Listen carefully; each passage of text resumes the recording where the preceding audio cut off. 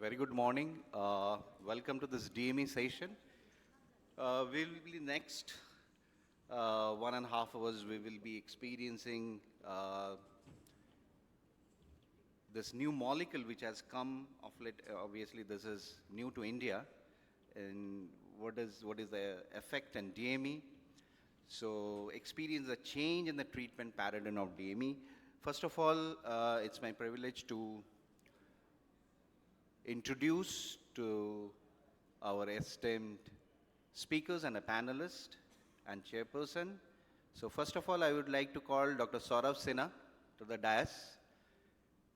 He is the director and the consultant vitreoretinal surgery at Netralayam, completed vitreoretinal fellowship from Shankar Netralaya, was a consultant over there for a long time, and he has been an invited faculty at several national and international conferences with a numerous publications in a peer-reviewed national and international journal. Next, we have Dr. Rajpal Bhora, is the professor of ophthalmology at RP Center, AIIMS, New Delhi. Completed MBBS from AIIMS, Delhi, followed by MD from AIIMS. He is a vivid researcher and got more than 100 research papers, has been invited as a faculty member in national and international conferences. His special interest is ROP and diabetic retinopathy. This myself will be the moderator for this program. I'm currently attached to the Global Eye Hospital in Kolkata. Next, we have our esteemed speaker, Dr. Nitin Verma, is a clinical professor of ophthalmology at the School of Medicine, University of Tasmania. Completed MBBS from CMC Vellore, followed by his MD in ophthalmology from AIIMS RP Center and a fellow of Royal Australia and New Zealand College of Ophthalmologists. He is the current chairperson of Global Eye Health Project, RANZO, and Vision 2030 and beyond. He has been the past president of RANZO and the director, Vision 2020 Australia. He has been recipient of several international awards and has special interest towards research. Next, we have Lieutenant Colonel Dr. Pradeep Kumar. As a panelist, he is a professor of ophthalmology and consultant via services at Army Hospital Research and Reference in New Delhi. He has completed MBBS and MS ophthalmology from AFMC Pune, completed his long-term VR training from the prestigious RP Center. He has been invited faculty in 124 national and 7 international conferences, numerous publications in the peer-reviewed journal. His area of interest is retina imaging, macular surgery, pachychoroid disorders, and retinal vasculitis. Next, we have Dr. Ajay Dudani, professor of ophthalmology at KJ Somaiya Medical College and Hospital and managing director and founder of Mumbai Retina Center. MBBS from GS Medical College and KAIM Hospital, Bombay, followed by VR Fellowship from Shankar Netralaya. He has also worked with Professor Lawrence Yanuzzi in Newark to learn advanced medical retinal disease management. He has been recipient of several national and international awards and has special interest towards research in ophthalmology. Lastly, we have Dr. Bhuvan Chanana. The current affiliation is the head vitreoretinal services, Varti Eye Foundation and Hospital, New Delhi. MBBS and MD ophthalmology from AIIMS, FRCS from Glasgow, followed by fellowship in VR from SL, that's the University of Bern, Switzerland in 2013. He has been among the invited faculty at more than 40 national and international conferences. Dr. Bhuvan has 25 posters and papers to his name and presented at various international conferences. He has received the various awards, International Hero Award, Star Award in AIS 2020, Best Video Award at APAO, Hong Kong 2018, Second Best Video in APRS, and many more. He has 22 index journal articles to his credit. So welcome, chairperson and panelists. And so can you have sit in the dais, Dr. Verma? So before we listen to the experience from Dr. Nitin Verma, I'm just start why do we need this new molecule? Why what is the unmet need in this treatment of DME and AMD.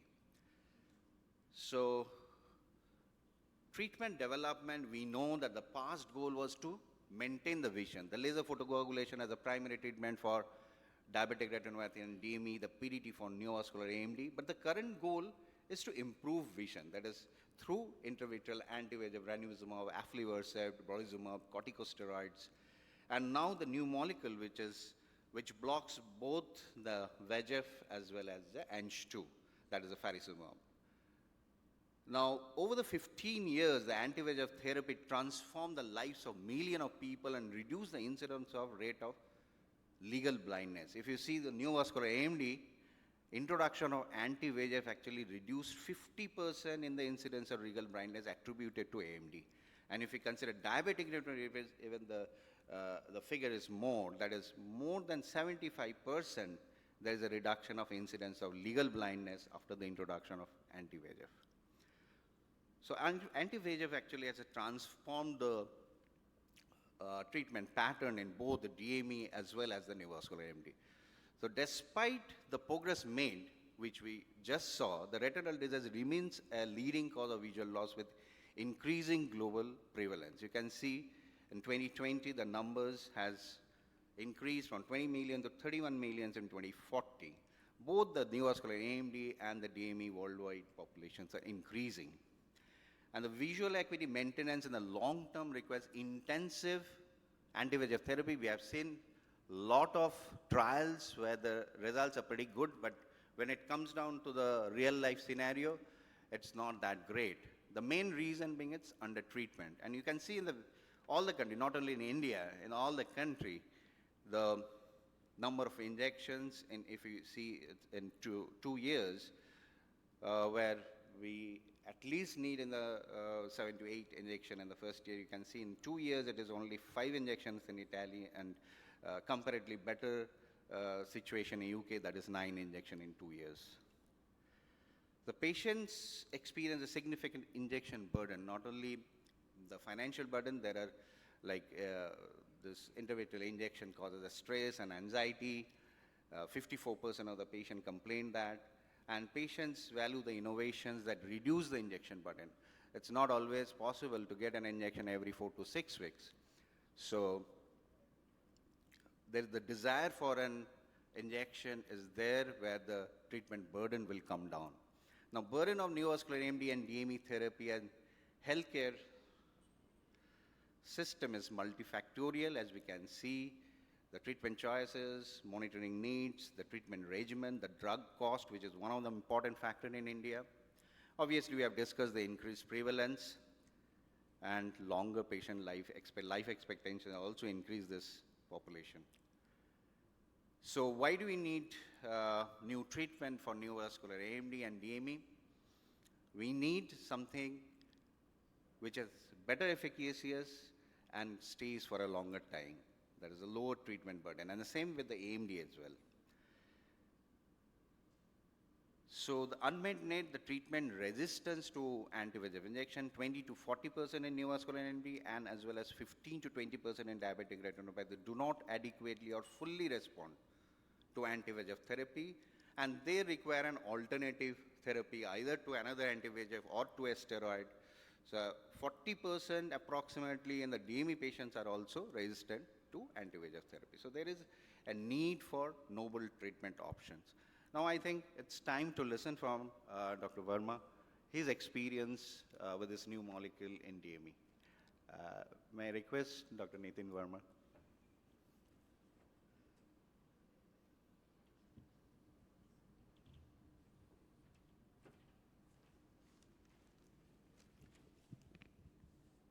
Thank you so much for your introduction and the invitation to be here. It's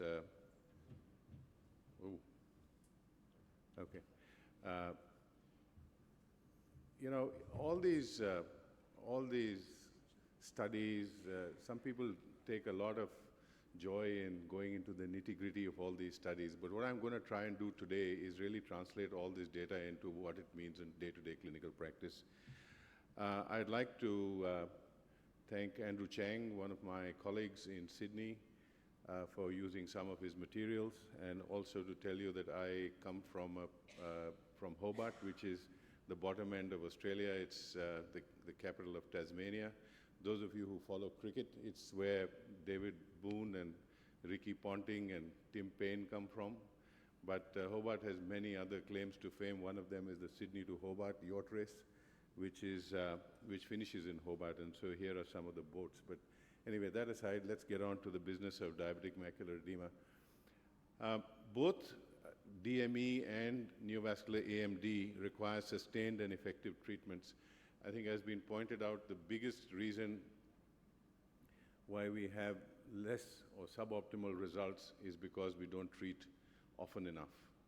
And that could be due to a number of reasons. It could be, when you're treating a patient, you're also treating, getting their family involved, you're getting their carers involved, and somebody is paying for the treatment. Even if it's free for the patient, somebody is paying for the treatment. It's a big strain on the health system. And then, of course, with each injection, you also expose the patient to the risk of the injection. So it's quite clear that if we get something that lasts longer, it would be much easier for everybody, and we'd still get better results. So if you put the patient at the center of all this, the need for something more robust, more durable is quite clear. The other thing that's happening, of course, is that our understanding of the disease is increasing, is getting better, and we understand the different components in the pathophysiology of neovascular AMD, of DME, and now, of course, there's a lot of attention on even geographic atrophy. So I think we are coming to a stage where we are trying to reduce the treatment burden, and this is only possible if we can have a drug that lasts the distance. We also know that about 40% of patients with DME, when we're treating them with anti-VEGFs, along their journey, they do require something in addition. And the in-addition business is the addition of a steroid. Now, whether it's triamcinolone, or whether it's Ozurdex, or whether it's any form of steroid, this particular treatment is associated with its own problems, given that the patients in the DME group are younger, they're often phakic. And those of you who've dealt with steroid-induced ocular hypertension, you know that sometimes it can be a very difficult thing to treat.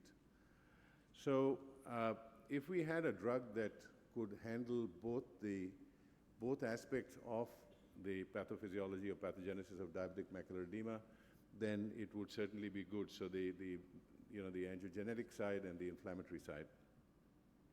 There is definitely enough indication that there's more than VEGF involved in the pathogenesis of DME. And our attention turns to angiopoietins 1 and 2, which are vascular growth factors. Now, these angiopoietins, like VEGF, are necessary for the health of the body, health for the eye. And so it's only when they are overexpressed or there's an imbalance that takes place that disease occurs. Angiopoietin 1, or Ang1 as they call it, is responsible for vessel integrity. And vessels that are healthy don't leak, vessels that are healthy don't create problems. And so when there is AMD or DME or other inflammatory disorders, there's elevated levels of Ang2 which go and displace Ang1, and then the cascade results in vessels becoming sick, vessels becoming leaky, new vessels forming, which often result in hemorrhage. But the long-term result of all this is the loss of photoreceptors. The long-term results is often accompanied by fibrosis. And when it reaches the stage of fibrosis, of course, there's no going back. So under pathological conditions, when the angiogenic switch is turned on by whatever reason, there's the vascular side of things with the leakage and neovascularization, and then there's the inflammatory side. And I think if we had a drug that could effectively handle both sides of the pathogenesis of the disease, it would be good. With that in mind, the drug that we know as Vabysmo, or better to call it faricimab, it's easier, has got two components. The one component that binds on to VEGF, one component that binds on to Ang2, and then the crystalline fragment, which sort of keeps it within the eye and doesn't allow it to go off and cross the blood-retinal barrier very easily. And also thereby reducing systemic exposure, which has always been a concern, but also reduces the inflammatory potential for the drug itself. So what I'm going to just highlight to you are the Yosemite and the Rhine studies, which are basically phase 3 studies. They are double-masked, randomized, they're controlled trials, but basically if you look at the dots there are 3 arms to the study. So they're comparing the faricimab to a drug that we know very well, and that's aflibercept or Eylea. So the standard treatment or pattern of treatment for DME with Eylea has always been you give 5 loading doses, and then after that you can go on to a PRN or whatever regimen, but otherwise in this study it's been 5 loading doses, and then every 8 weeks one injects the eye with diabetic macular edema. The faricimab has 2 arms. One, they gave 6 loading doses, and then after that every 8 weeks. And then the one in the center, which is they've called personalized treatment interval, which is basically the treat and extend that we're all used to and that we follow. And so again, with 4 loading doses, and then after that, treat and extend based on certain criteria, which you're all used to based on the visual acuity, based on the central subfield thickness. So the first thing, and this was over 48 weeks and then 96 weeks, so a year and 2 years. And basically, the one thing that they did in this study was that rather than taking 1 point of visual acuity as the visual acuity, they average it over 3 visits, because sometimes you get patients who don't see so well one day, but they're much better next time. So that sort of gives a little more accuracy to and real world sort of relevance to what has been done. So the 3 arms, whether it was the treat and extend arm or the standard 8-week treatment arms, they were exactly the same in terms of the visual acuity. But the difference was really in the number of injections required to treat and achieve this. So the least number of injections, 11 as compared to 14 and 15 in the treat and extend arm. And then, of course, in year 2, you need less injections. And that is something that we see in real life practice, that as the patient starts responding, year 2, they need less, and year 3, even less injections in most of the cases. This also translates very well to the way the retina sort of dehydrates.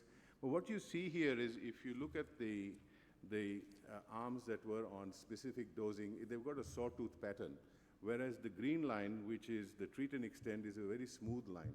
So this tells us that, and you'll see that quite often, doesn't matter which drug is used, when fixed dosing, very often you get fluid collection, then dehydration, fluid collection, dehydration, which I don't think is as good as if you've got a smooth line that keeps the retina dehydrated and less soggy, so to say. So that's the one thing that you look at from these graphs here. The reductions with faricimab, of course, were better, but again with lesser injections. Now, the time taken to reach, the absence of DME was much quicker in the faricimab group as compared to aflibercept. And if one looks at intraretinal fluid alone, aflibercept really, to reach even the 75th percentile, it never really reached that in the course of the study. So faricimab acts quicker. Faricimab, you can achieve dryness much faster than with aflibercept in both arms. And that's shown here, where almost 80% of patients could maintain an interval dosing of 3 or 4 months by week 96. So what that means in real life is that you can actually give a patient 2 injections a year or 2.5 injections a year, which is a very attractive interval. But all this is all very good, but what about the side effects? And we all know the usual thing of subconjunctival hemorrhage, corneal abrasion, vitreous hemorrhage, retinal detachment. This, I think, is more related to the act of injection rather than the drug itself. But the drug itself is the two things that we worry about now and that have come into the limelight after brolucizumab is the issue of intraocular inflammation. And I don't think there was any safety signal there, as well as no vasculitis, because that was the big thing. Brolucizumab was a lovely drug, but the vasculitis was quite a thing to treat if you got it. So that's two things to highlight, that there were no new safety signals. Now here's an example of extension of the dosing of a patient with DME. You can see that on day 1, and then at week 12, that's after the loading doses, the edema is beginning to settle down. Then an extension is made from 8 weeks, 12 weeks, and then on to 16 weeks. And you can see that at this interval also, the vision as well as the macular swelling was maintained quite well. So that's the OCTs over time. We look at biomarkers. Now, like if somebody's got an infection, you say, well, do you have a fever? And that we often use these biomarkers for looking at disease activity. Vision and CST are fine, but you also want to look at the rest of the eye and see what's going on there. So macular leakage area is another thing that one looks at. And if you look at the macular leakage area, the height is one thing, but the extent is another. And that's a biomarker for the vascular stability. And with faricimab, as compared to aflibercept, in the first 4 weeks, there was a 53% reduction of macular leakage area with faricimab as compared to aflibercept. So the result is quick, in the first 3 injections, which is first 12 weeks. So really, using this dual pathway inhibition, resulting in faster drying, better disease control, and the durability, which means the extension, perhaps we are going somewhere in terms of addressing not only the different multifactorial pathogenesis of diabetic macular edema, but also looking at efficacy and also the durability, so lesser treatment burden. We talk about the fluid, we talk about the leakage, but let's also talk about how we assess inflammation. Now, very often in the OCT, you see these little dots in the spaces in the retina. They are called hyperreflective foci, and for a long time you saw it and you thought, well, this is there, well, we'll keep a watch on it, but nobody ever bothered very much about it. These are possibly microglial cells, macrophages, and so on, and represent the results of inflammation. But now with deep learning, it's possible to segment the OCT and look at the HRF, or the hyperreflective foci in DME. So this is how segmentation is made. So you're looking at hyperreflective foci in the inner retina and the outer retina, and see what happens to that with time. With faricimab, the reduction in the HRF volumes, and both in the central 1 millimeter and in the 3 millimeter EDTRS circles, is much better than faricimab, much better than aflibercept, I beg your pardon. And why is that so? Because, and not only does it happen in all layers of the retina with faricimab, as compared to just one layer, which is the outer layer with aflibercept, but so you can see that the disease activity, not only the swelling, but also all the manifestations of ischemia are better with faricimab because it inhibits Ang2. Another thing that often frustrates people dealing with these patients is the development of an epiretinal membrane. Now you say, I'm injecting, and then suddenly right on top that line appears on the OCT, and you say, now, this patient's not going to improve as much as I hoped he or she would. With faricimab, the development of epiretinal membranes is much less than with aflibercept, and the regular injection of faricimab causes some protection against ERM formation. If you look at both NAMD and DME, faricimab you can see the first thing, the reddish line is the VEGF-A levels, which are much higher in DME than in AMD. But on the average, in both diseases, an injection of faricimab suppresses the VEGF-A almost for 16 weeks. That's 4 months. The Ang2 remains suppressed for a much longer time. So there you see that whether you treat AMD or whether you treat DME, there is there is basis for this long suppression. But aflibercept does not work against Ang2, and hence, in many patients, the difference between the two drugs. So looking at the clinical biomarkers for dual pathway inhibition, one looks at neovascularization and leakage, inflammation, fibrosis, and you can see that with faricimab, there's the potential to actually address all aspects of the disease. Quickly go through some cases. Here's a 77-year-old female with DMO, diagnosed with DMO, baseline vision 615, and then initiated faricimab therapy right from the beginning, which we tend to do a lot these days, is to use it as the first line of treatment. And you can see the results as we go along, and then with the extension, all the way up to 16 weeks, you've got a pretty good result. But I think, and this could come up in the discussion, what do you do after that? Do you extend further? Do you stop treatment and observe and go on to a watch and treat or a PRN regime? I tend to do that. When we reach 4 months, then I say, well, can you come back for an examination in 4 months again or 5 months? And also monitor your condition at home. If you feel things are getting a bit blurry, don't wait that long, come and see me earlier, and we'll find out what's going on and treat it as needed. So I suppose everybody's got their own recipe on what to do after you reach that 3-4 month mark that often the trials suggest. So you can see at the end of 1 year, the patient is still doing well and running at 16 weeks. But as I said, after this, what do we do? We're also involved in another study called the INSIGHT DME study, which is a phase 4 study. And this is the comparison of treat and extend versus fixed dosing. The study is ongoing, but here's an example of somebody from the study who was started with faricimab therapy and then had, just after 4 weeks, a pretty good response. This really brings to question that do you really need the same loading dose for everybody? And that's another thing we could discuss as we go along, because sometimes some people respond so quickly you could just give them 3 and start extending.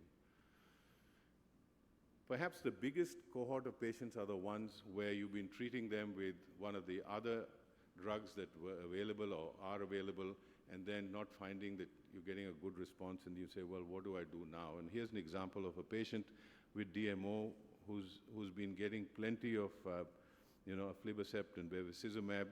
Here's the treatment with bevacizumab or Avastin, and then sort of not working, switched to aflibercept, got a good response. What you would notice here that the vision hasn't changed, but you're getting an anatomical response. But then after a while, the anatomical response also goes, and they say, now what do you do? Well, now faricimab is slowly losing its effect. And so you switch over to faricimab, and faricimab gives you a good result. But the chronicity and maybe other factors like macular ischemia, resulting in loss of photoreceptors, really doesn't give you much in terms of visual gain. So perhaps if you had started getting the retina to dehydrate earlier, it may have been better, but with these cases, you never know. When it comes to bilateral DMO, again, it doesn't matter which drug you start with, and I tend now to initiate treatment with faricimab. This particular patient was on aflibercept for some time, and then we switched over to Vabysmo again with a good result. So there are many questions that come up with this medication, but perhaps as our own experience grows, we would decide for our patients what would be the best, because it's all very nice to sit and talk about all this in forums such as these and discuss the science and discuss the results, but when you go back to your practice, you're going to say, what do I do now? It looked good on, in the lecture hall, but where do I go now? And I think that's really what we need to start thinking of, is that what's the horizon like? There are other drugs coming, there are other initiatives coming, but with what we have now, perhaps this represents a movement forward in terms of being able to handle the disease better. Thank you.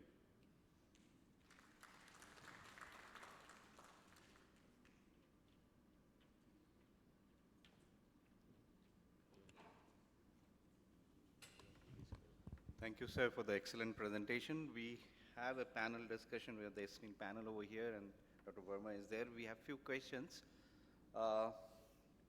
You have already mentioned there's a study coming up to see whether this loading dose is really required.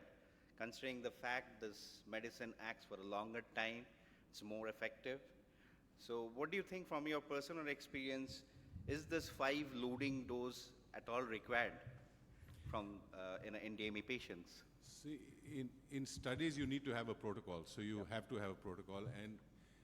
But my own belief is that you learn from the study, but you look at the patient. Each patient has got its individual, or his or her individual circumstances. And I think the things that you need to talk about are really the chronicity of the disease that often decides how long they take to recover. If you often catch them early, the response is quick. And I don't think you need to follow the 5 loading dose or 4 loading dose, whatever's on the label. You can start extending earlier.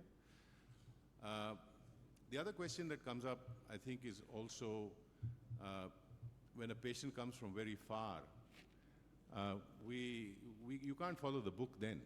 Then you need to see what would give them the longest interval to come back.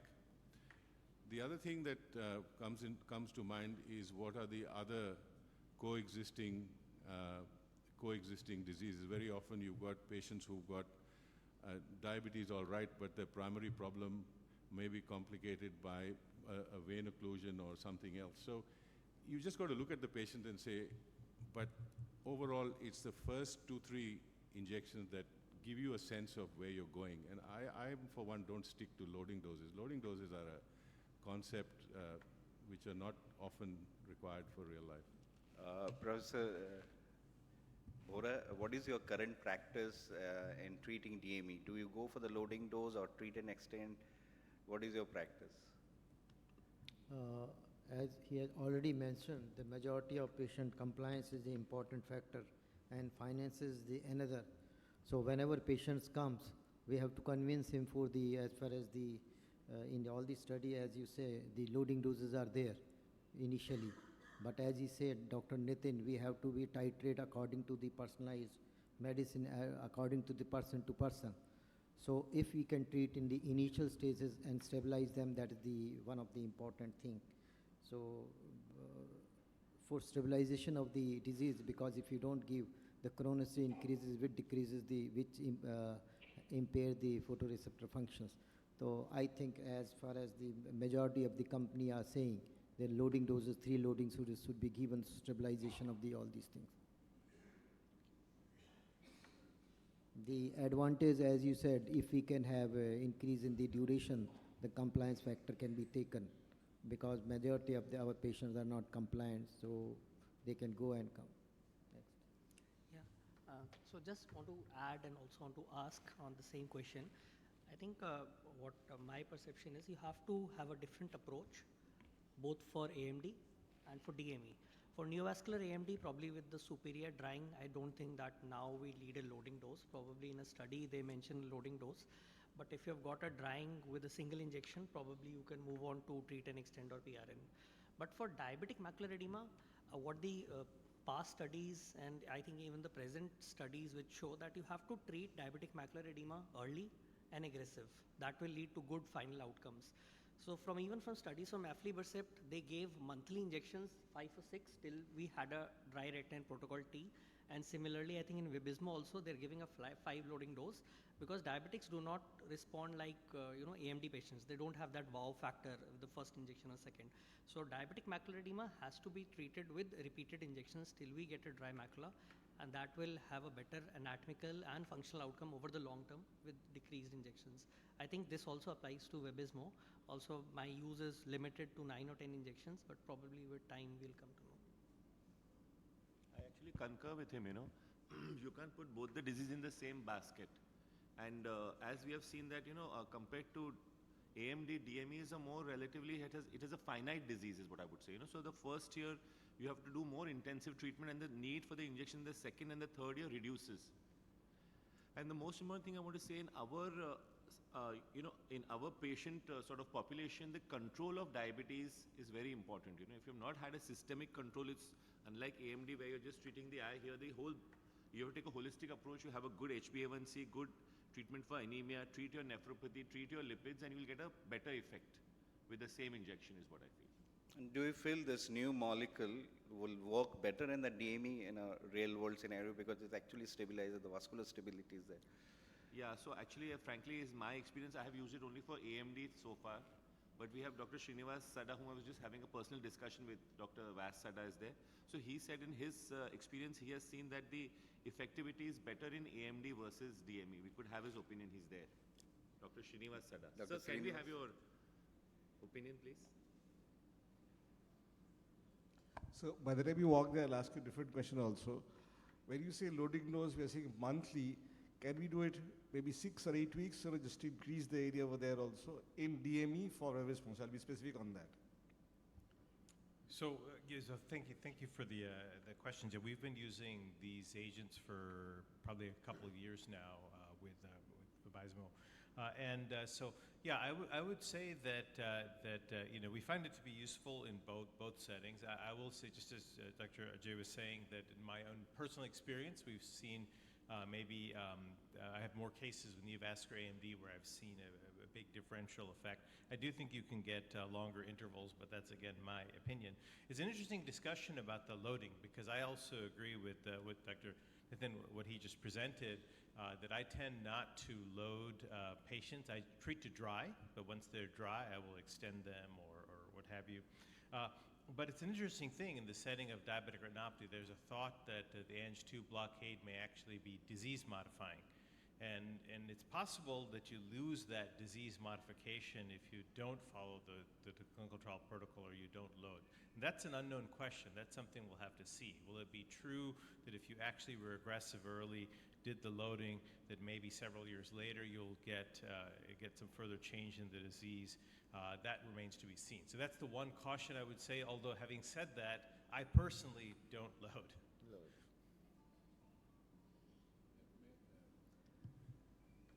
I think, the other aspect of treatment of DME is persistence. Very often, and again, it was not relevant to today's presentation, but very often you get patients with evidence of chronic exudation and so on, and pretty close to the macula, and you sort of keep thinking, when will this yellow spot go? The answer is persistence. So you really need to titrate your treatment with what you see, rather than just looking at just the thickness of the macula or things like that. And I think the other thing that comes as we go on to longer and longer intervals, we do know that these medications, by suppressing VEGF-A, also guard against neovascularization and proliferation. So when you come to the phase of saying, oh, well, now we can wait and watch, don't forget that the rest of the retina, the things happening also. So when you come and the patient comes in for an examination, don't forget to examine the rest of the patient, rest of the eye, because that can sometimes come back and bite you. You got a nice vitreous hemorrhage, all your treatment is gone down the drain. That is a very important question which should be known to the all practitioner, because once you leave the patient come with vitreous hemorrhage and TRD. Yeah, so in ranibizumab study, it was shown that the DRSS score was improving with the multiple injections. So the diabetic retinopathy severity score was improving when you give multiple injections. So you're modifying, as was said by this previous speaker, the disease course. Yeah, that's a good point. Yeah. Sometimes we actually change our treatment, or rather switch anti-VEGF to steroid when there is a hyperreflective foci. Dr. Manisha, want to say something? I have a question. So we are talking of longer duration molecules. Are we also extending the duration between the follow-ups of the patient, or are we getting them back to our clinics every month? That is Since something it's a new thing for me, I mean, on a personal basis, it's a new drug for me. Everybody here seems to be using it for the first time only. So I would say initially, just to understand how things happen, we should keep it on a monthly basis. Possibly in a year's time, or in 2 years' time, once we are very familiar with how it works out. Like I was just talking to Dr. Ajay, I have not used it in DME patients, naive or otherwise. I've used only in recalcitrant or recurrent AMD patients or PCV. I have not had the raw factor still, which I thought I would have, which I had with Paganex, that lovely drying effect that you get over here. And so now maybe I was just with him, maybe I'll start in naive patients, AMD, again, not DME. DME bilateral with the pricing being there, but to answer your question specifically, I would go monthly. Even if I don't need it, I'll call them back monthly. Dr. Nitin, has it changed your practice of getting the patients back? See, it's like starting a new drug is like buying a new mobile phone, you know. You got to get used to it. You got to be comfortable with it. And so when you start something new, you often tend to bring the patients a little earlier, you know, just to make sure that you get what you expect. But that's the difference between treat and extend and PRN arms, because PRN, the amount or the number of injections that you give may be less, but the patient attendance is more, simply because you're monitoring all the time. Again, which protocol you use depends on which phase of the journey the patient is in, your comfort with the drug, your comfort with what you're doing. But in the end, you've just got to tailor-make it to what you do, because once you finish the T&E part, you might go to a watch and treat. If you're worried about something, you bring the patients in more frequently, but otherwise, all you're trying to do is to rationalize what you do, why you do it, how often you bring them in, and so on. So it's got to be a mix. There's no one straight path. And I think Dr. Saurabh briefly touched upon extending the duration between two injections of the loading dose. So I mean, can we have some more clarity on that? Are we talking of every monthly injection as the loading dose, or we are extending that also? If I'm going to do a naive patient, I would do monthly injections. Like he said, new phone, new gadget, I would do monthly injections, at least 3. With my mind, I'm a little comfortable with 3. Patient also is sort of fine. And we still have 2 more free injections to go with. Hold on to that. So these are important things. Like Sir said, it's a new thing for me. I have not used in diabetics. I'm convinced by him right now. So I will definitely start using in Vibrismo in diabetic patients. But monthly injections, if not monthly injections, at least monthly follow-ups, for sure. Just to add, I think same thing happened with when brolucizumab came. I think everybody was saying a loading dose, but now I think we all agree that we don't need a loading dose. So probably I think with time probably we'll come to know. But initially I think we should start with the loading dose only. But please remember one thing that Dr. Sada said very importantly, that this drug, Vabysmo, has a disease-modifying part to it also. So if we go very lax on our loading doses, we may miss that. I think he does that very briefly, but it's a very important point, I guess, in this particular drug. I have a question for Dr. Nitin. Loading doses, in all the studies, loading doses are there. So I have a question. Sir, now just, sir, since you're the most experienced with Vabysmo, sir, if a treatment naive DME patients come, so what would be your first line of treatment, and when would you like to switch to a different anti-VEGF or steroid? See, I think again it's a level of comfort. Once and I am comfortable with Vabysmo. I have seen, again very cautiously, after being burnt with brolucizumab, didn't want to be the first adopter of new technology. But now that I'm comfortable with it, I tend to use it more and more as first line, even bilaterally. I think time will tell, and you'll get to know where it stands. But especially patients who appear quite chronic and patients who, I tend to start with Vabysmo. So I think this is a very important message for all of us. So I think we should all try it out as a primary treatment. And sir, about the switch in any anti-VEGF, when would you like to do a switch? See, everybody's switch is different. Somebody says 3 months, somebody says 6 months. Well, fortunately, it's the first lot of patients whom we switched were the ones whom we were hammering away 4 weeks, 6 weeks, 8 weeks, and they were not going very far. And yet, when you made the treatment interval a little bit longer, they tended to, lose vision, and the retina tended to swell up. So they were just hanging in there somehow. They were the first patients we switched, because you've really got 3 options at that time. One is you carry on monthly. Second is you say, okay, it's not working with drug A, let me switch to a drug B, but again anti-VEGF, right? Because still the standard of care, at least where I work, is initial treatment is with anti-VEGF, not with steroid. Then the next step would be, look, A isn't working, B isn't working, let's go on to steroid. But I'd at least give them 3 months on the new drug before switching. Experience with steroids is again like, feast and famine. Sometimes it's great and patients they respond quickly. Every 3, 4, 5 months they need an injection. But then you got the other group where you give the injection with caution, the ones who are phakic, and they're often the younger patients we're dealing with in this group. And also the ones whose pressures shoot up. And it doesn't matter, you put in all the drugs you got, you put in a glaucoma drainage device, and each time you whack some steroid in, their pressure shoots up. So you might cure their macula, but you'll kill their optic nerve. So again, before switching on to a steroid, we've got this option. I'll always give faricimab a try before saying, okay, now let's put some dexamethasone in. So now you have an option of, because the steroid acts for 3 to 4 months, and same way faricimab. You also told ERM formation is less in the, it prevents the ERM formation. So that may be the added advantage, Dr. Nitin? Yeah or no?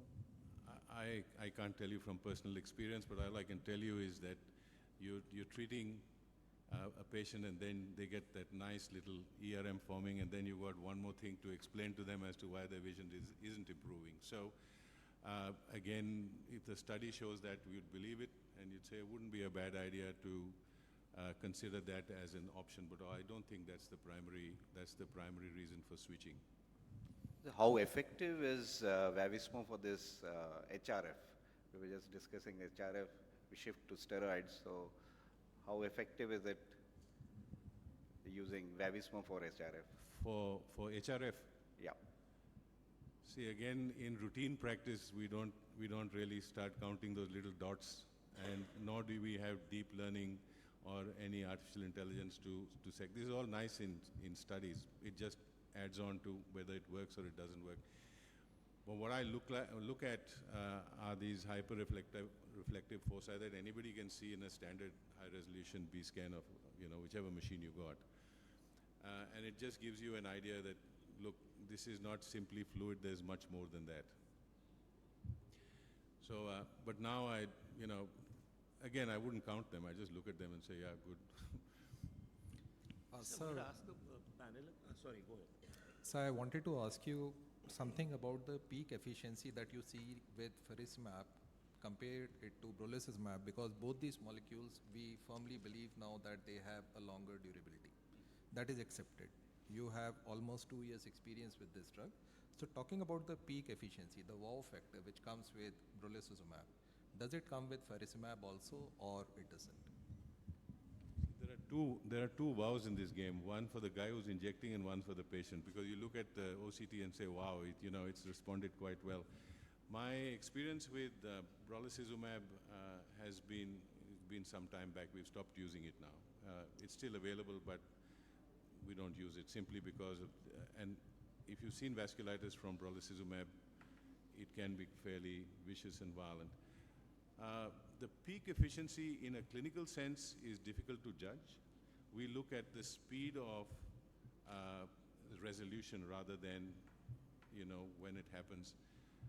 The duration becomes important when you're extending. Then you say, look, I'm going to make it from 6 weeks to 8 weeks.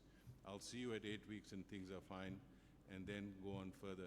That's when you try and see how long it's lasting, but the actual peak for most drugs, I think, would be a week or two after the injection. That's when the natural peak after which it goes down. But the effect depends on what you're trying to.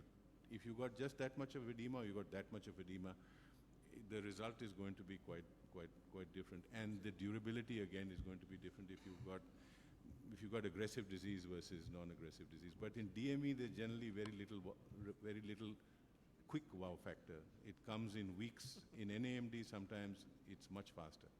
Yeah, exactly. That is my point, because the Shimura group from Japan, when they reported on their usamide data, that is one of the things they brought out, that you may not see that wow factor when we were speaking with them. Second thing is that recently US FDA came out with the data on the IOIs with faricimab, which was quite low, and then we see a report in JAMA from John Hopkins talking about those 3 serious IOIs. One of them was, I believe, infectious, 2 of them were non-infectious. So have you seen an IOI with faricimab till now? Or maybe Dr. Sada here, he can enlighten us that, have you seen an IOI actually?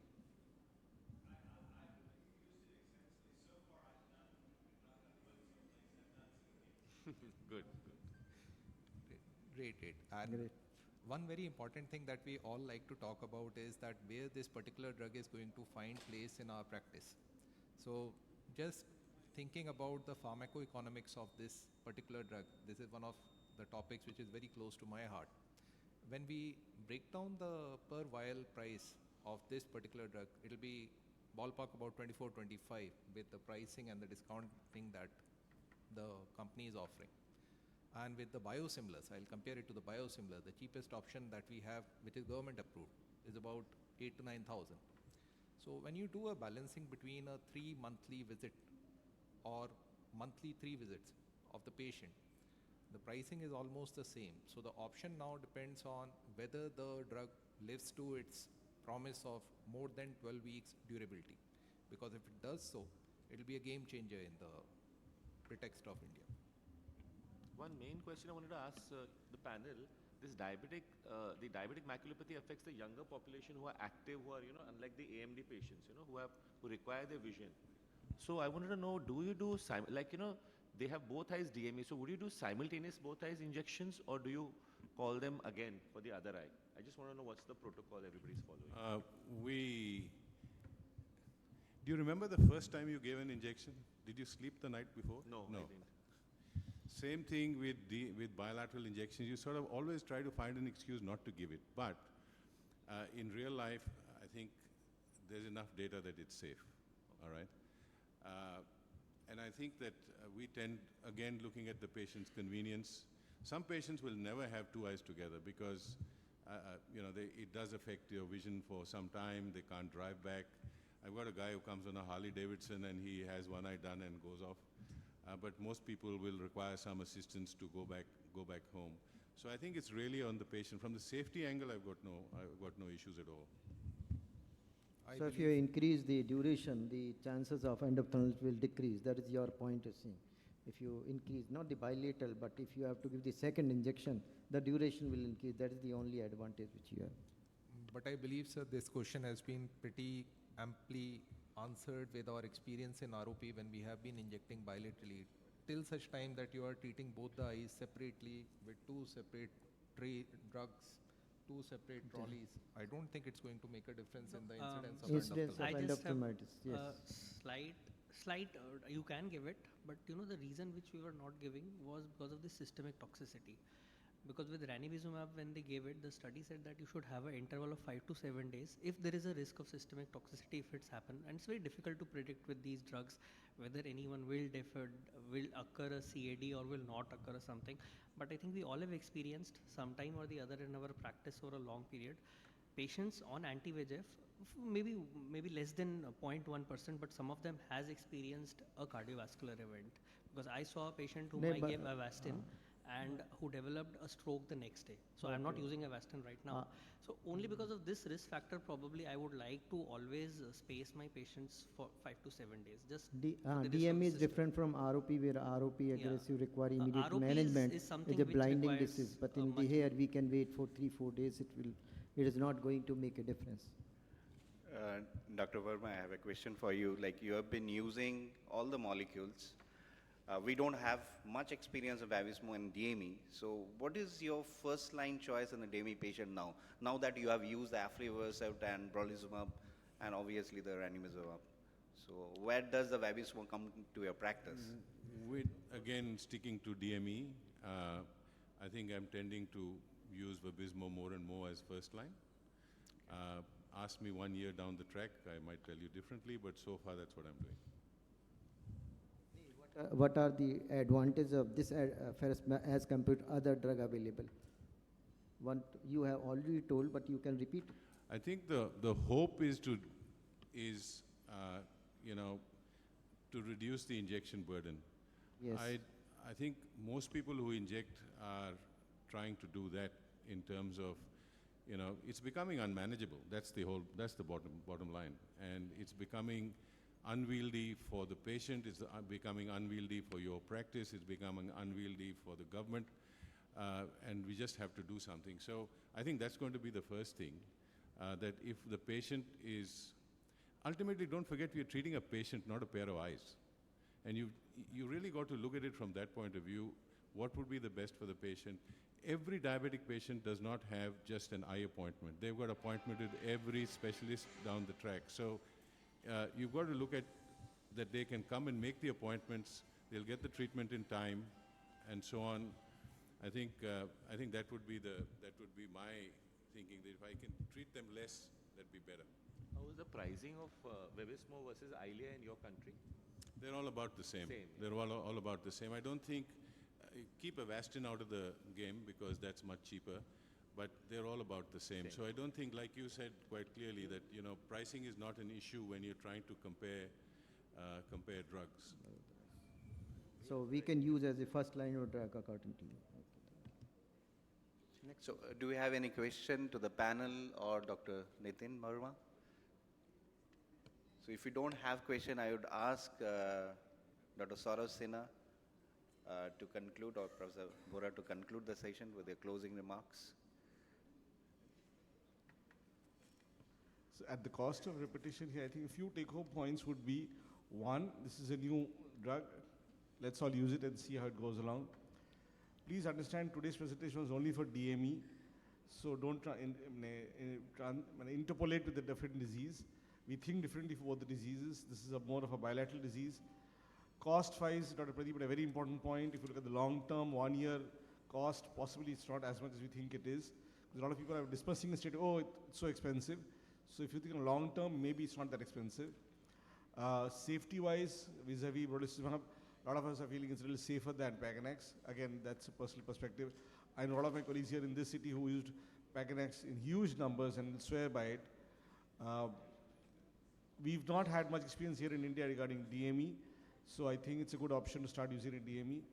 And again, I'll go back to the same point Dr. Sada said. This drug has something the other drugs don't have, and there is disease-modifying effect of this. I think we should try and get into the nitty-gritty details of that and use it more that way. And the ERM formulation will be in only time to tell, where it's really not, doesn't happen, will be know over time only as we use it for a longer time. One more point which we want to touch upon is, supposedly this drug, the atrophic effect that you have in AMD patients is supposed to be lesser in this drug. Again, only time will tell. When you've had our patients of 15, 16 injections, atrophy will hopefully be lesser in this particular drug. To add, the dual action and longer duration of action and the less cost will be beneficial, and let us see the results which will come later on. So first of line we can use. So thank you. Conclude this. Dr. Dundani, anything to add? No, I think this drug should be a game changer, and the cost can be compared. Like, we have to compare the cost basically. Like, for him the Eylea and the Vabysmo is the same. So if we do the cost calculation, we have to compare with the other drugs. and if it fits in the patient's budget, I think it's a very good drug. Thank you. We will end this session over here. Thanks to all chairperson, panelists, and obviously our guest faculty, Dr. Nitin Verma. Thank you, sir. Thank you.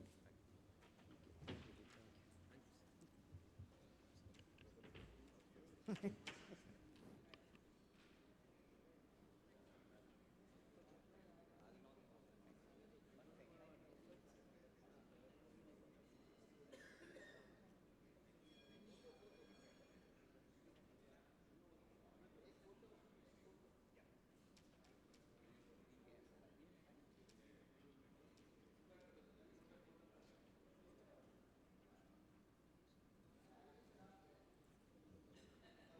Give it to me. Audio लगाओ, दिखाओ. Quick.